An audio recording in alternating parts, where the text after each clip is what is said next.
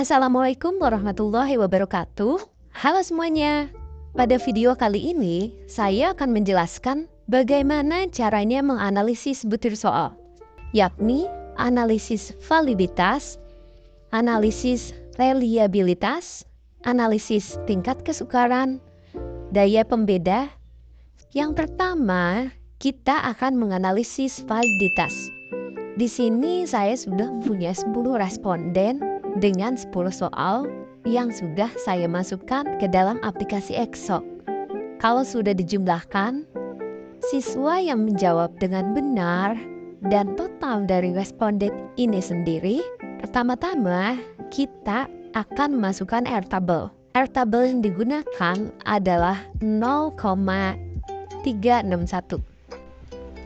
Baik, kita kopikan dan kita tarik sampai ujung agar semua kolom terisi dengan 0,361.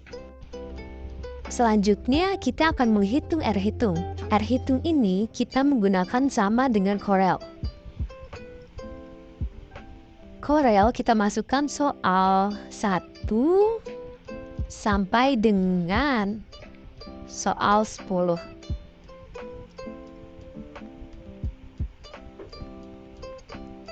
Dengan total soal 1 sampai dengan total 10. Nah, kita tambahkan dolar, simbol dolar, dan enter. Kita sudah mendapatkan nilai R hitung dari soal nomor 1. Untuk mengisi soal selanjutnya, kita tinggal menarik garis. Selanjutnya kita akan mengisi status dari setiap butir soal. Valid atau invalid, rumusnya yaitu kita menggunakan if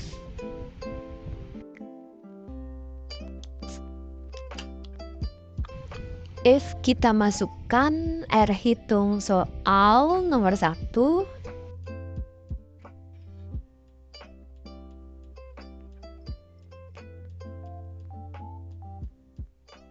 kan terus lebih dari airtable,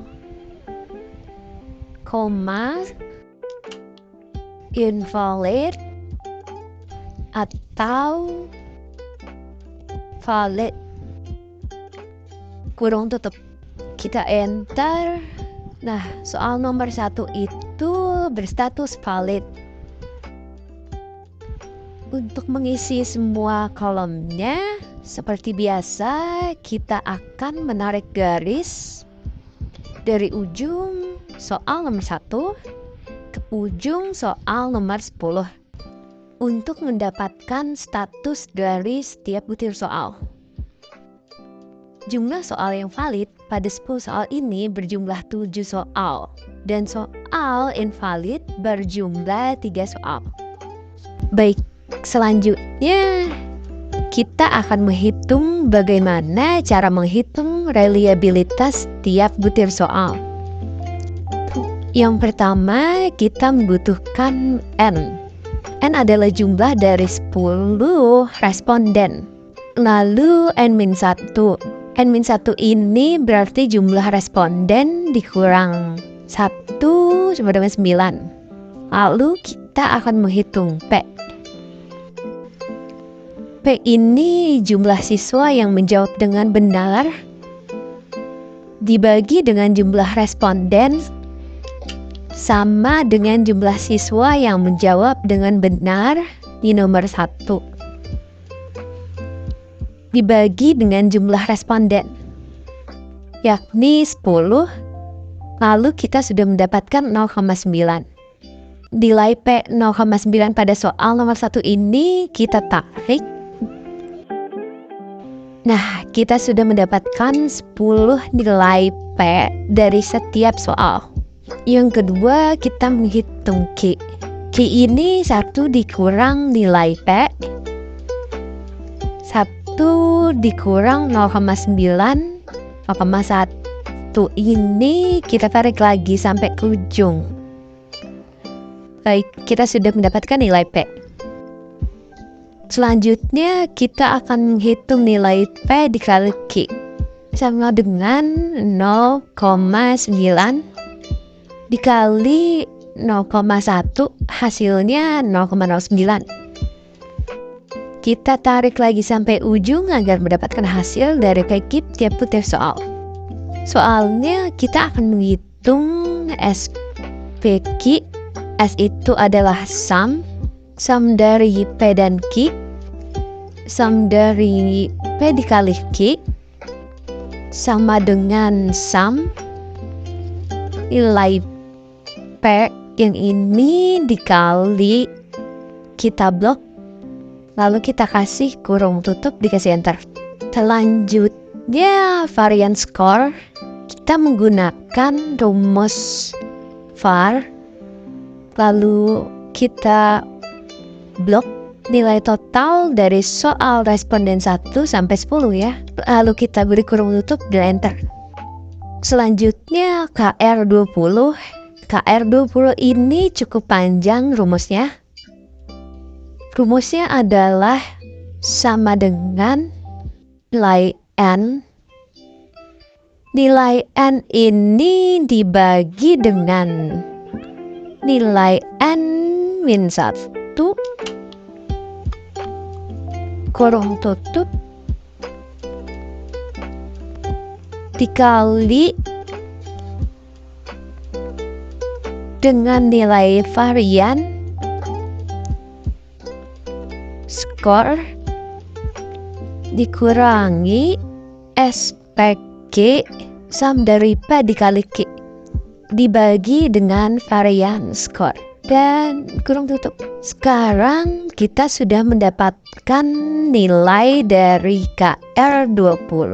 Karena nilai dari KR20 ini minus 0,42, maka status reliable dari soal ini adalah tidak reliable.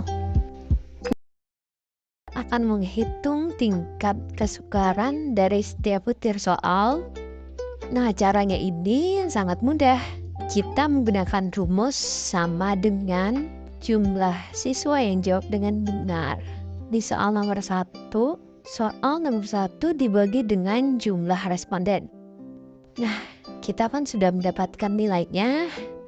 Lalu kita tarik sampai ujung lagi nih agar setiap kolom terisi. Untuk menentukan kategorinya, kita harus melihat tabel tingkat kesukaran yang ada di bawah ini. 0,9 berarti soal mudah. 0,3 berarti soal sedang. 0,9 mudah. 0,6 sedang. Dan 0,8 mudah. 0,8 itu soal mudah. 0,6 sedang. 0,8 mudah, 0,9 mudah, dan 0,10 mudah.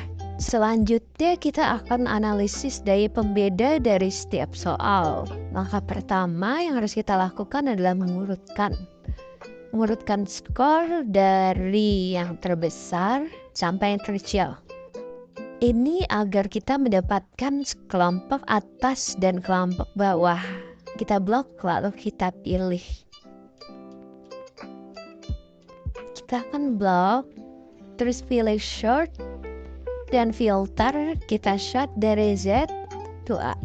Nah, sekarang kita mendapatkan responden dengan total nilai terbesar sampai terendah. Untuk mendapatkan kelompok atas dan kelompok bawah, kita harus membagi 2 ke kelompok 10 responden ini. Nah, berarti ada 5 orang di kelompok atas dan ada 5 orang di kelompok bawah. Lalu di sini kita akan beri warna, kita blok dulu, lalu kita beri warna biru. Nah, sebenarnya untuk warna bebas ya, cuma ini kita beri warna untuk mudah dianalisis. Kita samakan Lalu rumus untuk kelompok atas kita isi BA per CA. Itu soal yang banyak dijawab oleh responden dibagi dengan jumlah responden yang ada di kelompok atas sama dengan kita menggunakan rumus yang kita blok soal nomor 1. Ini kita blok dan tetap dibagi 5. Nah, kita sudah mendapatkan nilainya, lalu kita tarik ini sampai ke ujung. Baik, kita sudah mendapatkan nilai dari kelompok atas. Nah, selanjutnya kita akan menghitung kelompok bawah. Caranya sama saja, hanya saja rumusnya yang berbeda. Rumusnya yakni BB per JB. BB adalah jumlah soal yang dijawab oleh siswa dan JB adalah jumlah responden yang ada di kelompok bawah. Untuk ini kita menggunakan rumus sum. Sama dengan sum, kita blok dari soal 1 dari kelompok bawah dibagi 5. Nah, kita udah dapat, terus kita tarik lagi sampai ujung. Nah, kita sudah mendapatkan nilai dari kelompok bawah.